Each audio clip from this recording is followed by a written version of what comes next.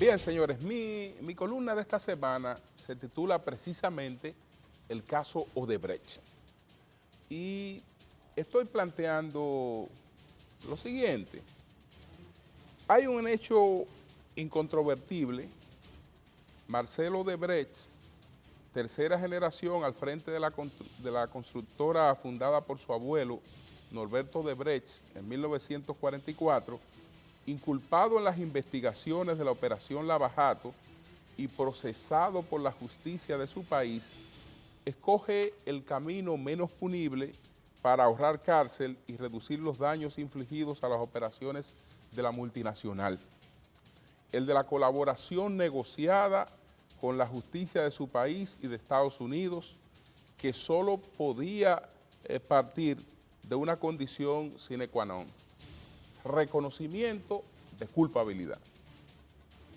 Es entonces cuando el tsunami de lo que en principio parecía una convulsión local se expande como un escándalo de corrupción que involucra a 12 de los 27 países donde la empresa ha estado asentada desarrollando importantes obras de infraestructura, porque en la negociación con el Departamento de Justicia de los Estados Unidos para que la empresa mantuviera sus cotizaciones en bolsa, admitió haber manejado coimas por el orden de los 788 millones de dólares repartidos a funcionarios y políticos de Brasil, Colombia, Venezuela, Argentina, República Dominicana, Ecuador, Perú y México.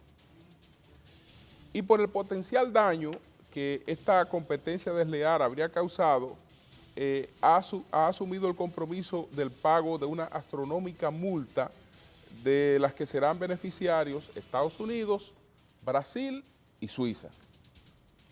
Dice el refrán jurídico que a confesión de parte, relevo de pruebas, por lo que las palabras del imputado han sido asumidas como verdad y en cada país se ha levantado una inmensa ola de indignación ciudadana frente a los montos de soborno que supuestamente les correspondieron.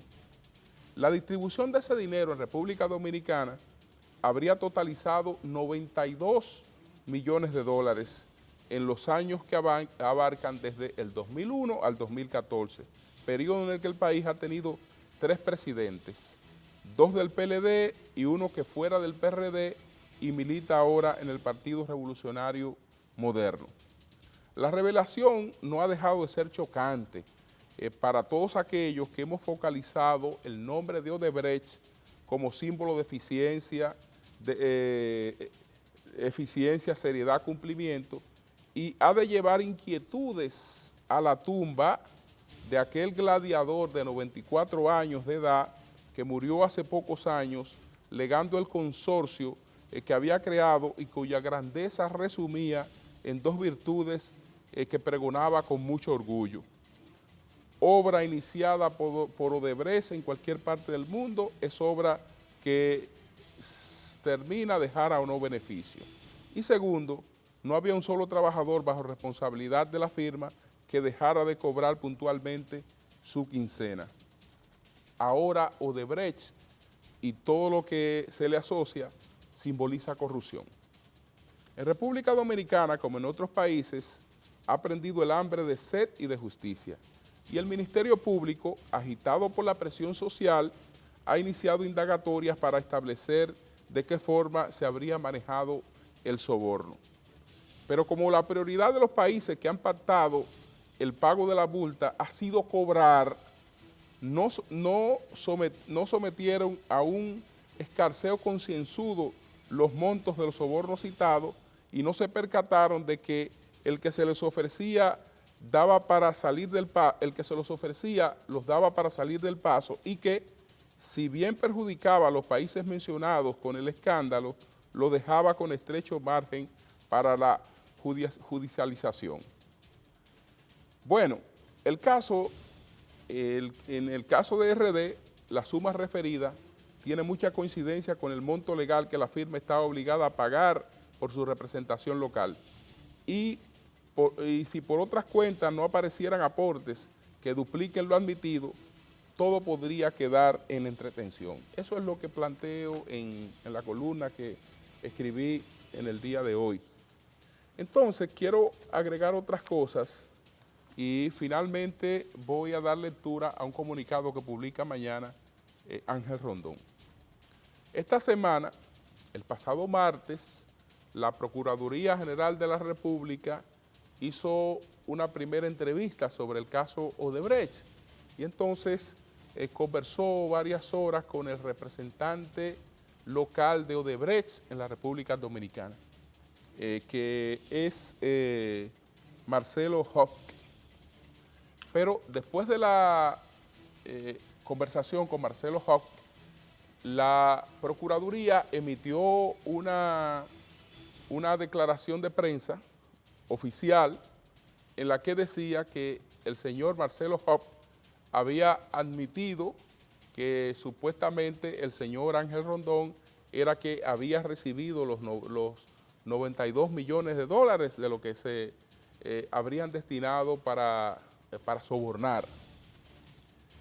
La verdad es que nos extrañó mucho, fuimos muy críticos con la Procuraduría General de la República porque esa nota de prensa estuvo hecha sobre una información falsa, porque no era cierto que en la conversación con el señor Marcelo Hoff, él planteó lo que la nota dijo.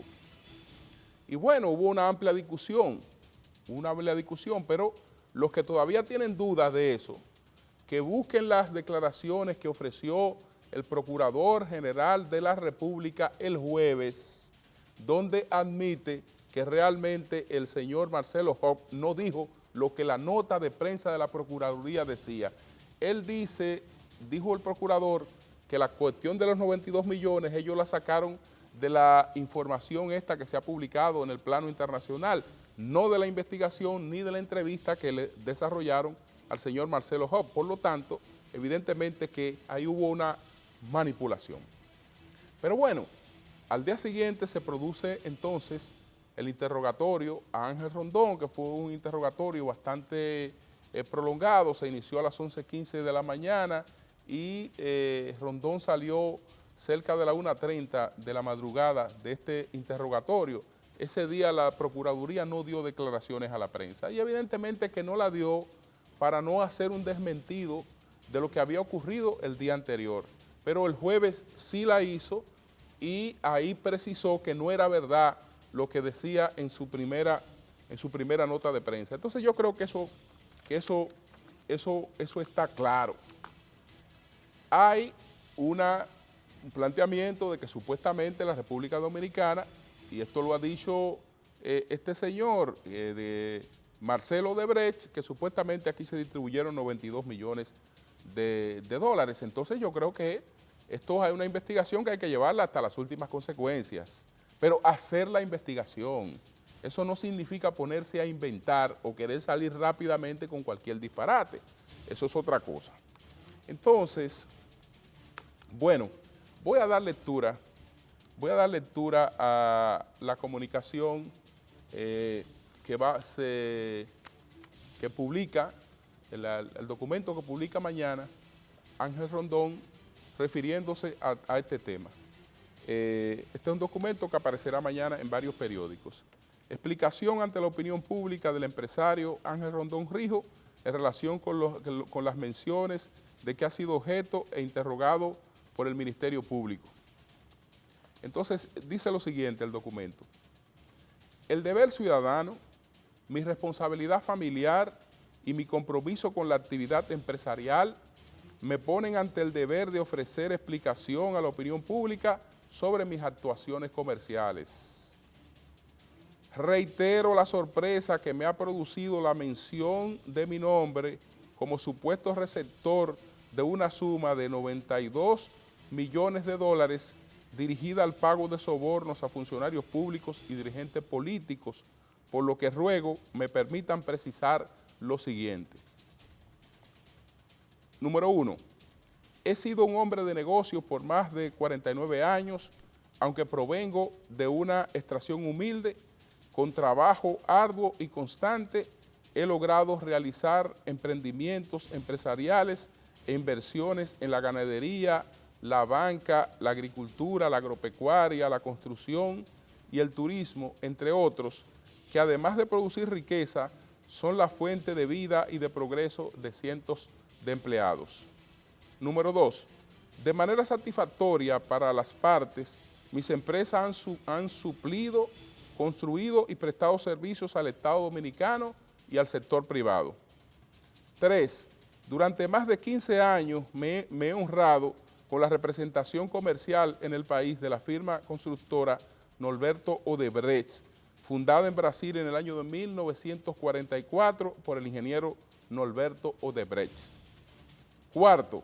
Que producto de los pagos por proyectos consorciados, porcentajes de representación, trabajos como subcontratista y alquileres de equipos, he recibido en cuentas en el país y en el exterior los pagos correspondientes a las obras realizadas en la República Dominicana, hechas en el tiempo eficiente, con la calidad exigida y con todas las protecciones de seguridad para ciudadanos y empleados. 5. Nunca he sido funcionario de gobierno alguno en la República Dominicana y únicamente me he dedicado al lícito comercio con reconocidos triunfos en todas las actividades realizadas. 6. Mi primer acercamiento con la constructora data del año 2001, que debido a la referencia de nuestra seriedad y experiencia en la promoción de proyectos, representantes de la empresa nos contactaron para proponerme asociación comercial, valiéndose de la coordinación de quien para entonces era embajador de Brasil en la República Dominicana. 7. El alcance de los acuerdos que he suscrito en cada etapa está debidamente asentado en los contratos que hemos puesto a disposición del Ministerio Público para que pueda establecer las conclusiones pertinentes. El legajo de lo que hemos entregado contiene contratos de obras al país, consultorías y servicios y apoyan los alegatos que ofrecí en el interrogatorio de casi 14 horas al que fui sometido el pasado miércoles 11 de enero. 8. En forma categórica niego que los recursos recibidos de parte de la constructora Odebrecht y de sus instituciones vinculadas hayan sido utilizados para la realización de pagos ilegales o sobornos. 9. Tampoco tengo conocimiento alguno de que por otras vías se hayan consumado pagos ilícitos o cualquier tratativa que afecte el patrimonio del pueblo dominicano. 10. Estoy sometido de manera plena y transparente al escrutinio del Ministerio Público, de la Justicia Dominicana y de mis conciudadanos y me manifiesto dispuesto a enfrentar con decoro y humildad la embestida inmerecida de la cual estoy siendo víctima. Y el punto número 11, me ha resultado de gran fortaleza el respaldo de mi familia y la solidaridad de muchos allegados y amigos, así como de hombres de negocios que siempre han confiado en nuestra trayectoria. Y sé que con la ayuda de Dios atravesaremos este indeseado momento. Ángel Rondón Rijo. Este es un documento que aparecerá mañana, que se publica mañana, porque justamente mañana se produce la entrega también de todas estas documentaciones que ha pedido la Procuraduría General de la República. Señores, la Procuraduría haga su investigación, llame a todo el que tiene que llamar, que por cierto, sobre esas llamadas hay unas primicias que me voy a reservar para mañana temprano, en el sol de la mañana, sobre unos interrogatorios que se van a hacer próximamente. Ustedes verán cómo se va poniendo esto de interesante con relación al caso Odebrecht. Ahora tengo que pasar a las 3 preguntas, y las 3 preguntas son sobre otro tema, sobre esta novela, La negociación, escrita por Richard Martínez, muy bien escrita, pero muy crítica, tan crítica que no parecería que su autor pues formó parte de la administración donde se llevó a cabo esta negociación. Vamos a ver de inmediato las 3 preguntas formuladas a Richard Martínez.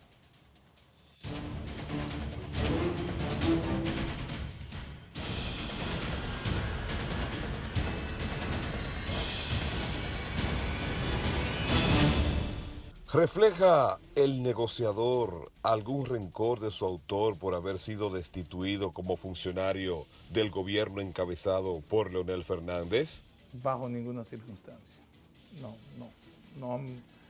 No se me ha ocurrido. Realmente es un trabajo literario. Me puse a trabajar cómo se hace realmente una buena narrativa. El tema era llamativo, ya muy llamativo, porque se daban todas las condiciones que dice del recorrido del héroe que dice Joseph Campbell, y este autor, blogger, el camino del escritor. Entonces tenía los hilos conductores y iba tomando nota. Fui desarrollando la novela y la novela resultó que daba buen thriller, buena forma de cómo desarrollar una idea que estaba ahí plasmada. Además que aquí siempre nos quejamos de que los hechos recientes y actuales no hay escritores que lo enfrenten. Entonces yo no veía por qué no hacerlo. Si en Estados Unidos se vive haciendo, en Europa, en Inglaterra, tú te lees cualquier narrador anglosajón y siempre tratabas un tema reciente. ¿Es ficción o realidad el argumento de que la negociación con la diva de agosto, Zobeida Félix Morel, se produjo con el propósito de que no se revelaran los nombres de personas vinculadas al gobierno asociado al grupo Figueroa Agosto? No, realmente es pura ficción del autor. El autor se imaginó que iba a ser una negociación y como el resultado fue ese, como dice un amigo escritor que converso mucho con él, me dice, es que los poetas y los narradores son profetas. Y resultó que realmente el expediente no apareció. Cuando el nuevo incumbente en el 2012, en el 2013 le solicitan salir a alguien de la cárcel, dice, no, pero no hay nada archivado de eso. Pero ya la novela estaba escrita. ¿Qué le inspiró a novelar el caso de las personas sometidas a la justicia en República Dominicana por el caso de Figueroa Agosto? En la novela se narra, el que la lee va a encontrar detalles, pero es que realmente se parece mucho al caso, pero la denuncia es que cómo tú vas a hablar de un caso de narcotráfico, donde solamente tú castigas a quienes se están divirtiendo del producto del narcotráfico. No, yo no he visto más nadie que se sometió a la justicia. O sea, realmente quizá eso influyó en que el tema diera una buena historia y trabajar en sí el hilo conductor de la novela en ese sentido.